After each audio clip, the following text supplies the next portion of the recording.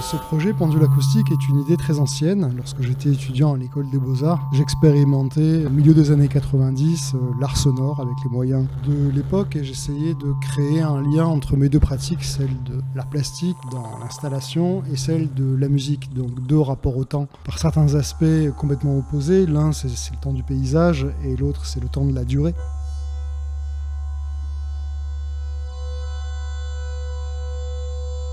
J'avais envie de créer une œuvre qui crée du son à partir du mouvement. Et donc j'ai dessiné ce pendule. J'ai pu rencontrer Jean-Claude Risset, à qui j'ai parlé de ce projet, qui à l'époque m'a reçu au laboratoire de mécanique et d'acoustique pour me dire « c'est très intéressant, je vais te coller avec un doctorant et un chercheur et vous allez essayer ».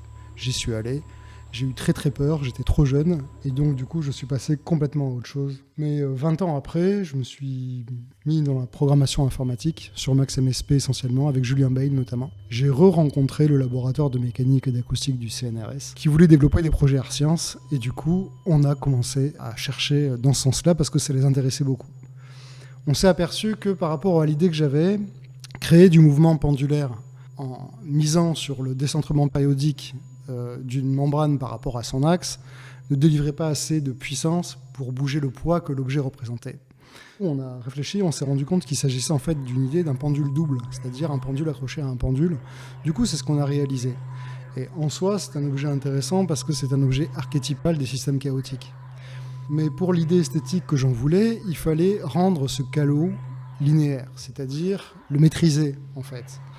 Et pour cela, le pendule est un objet intéressant puisque l'idée de produire une énergie à partir de sa fréquence de résonance va générer de l'amplitude.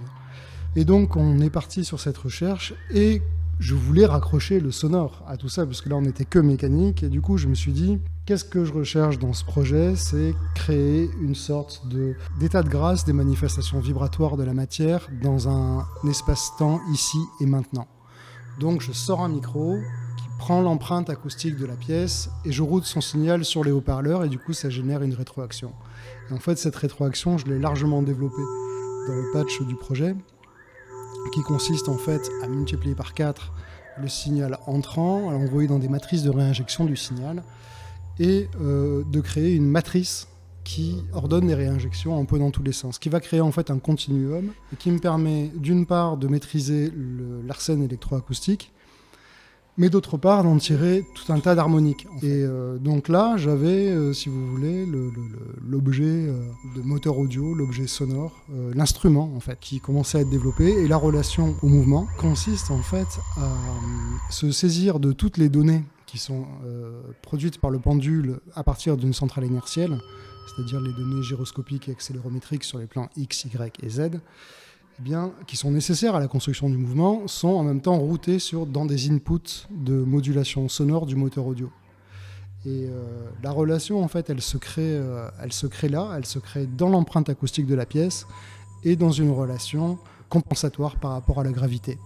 Au final, on peut simplement résumer que ce pendule est une boule qui se balance dans l'espace et qui produit du son dans l'empreinte acoustique de la pièce. Et elle a une vocation très contemplative et méditative. Elle nous ramène à nous, à notre corps humain, elle nous ramène à notre identité cosmique. C'est-à-dire la relation que nous entretenons avec la gravité, c'est celle qui nous permet de tenir debout.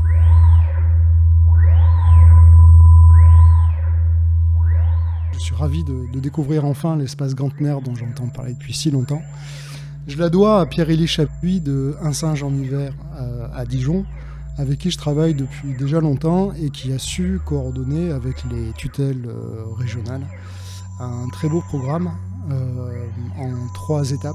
L'une, c'est une résidence pour un nouveau projet de pendule qui s'appelle Infinite Pendulum, qui est prévu pour fin 2025, avec 4 pendules et une création lumière, donc que je travaille à Un singe en hiver en résidence, l'exposition à Gantner, et aussi un bar des sciences au pavillon des sciences, sous une espèce de forme un peu libre, conférencée sur les rapports art-sciences et les enjeux esthétiques, culturels et sociétaux.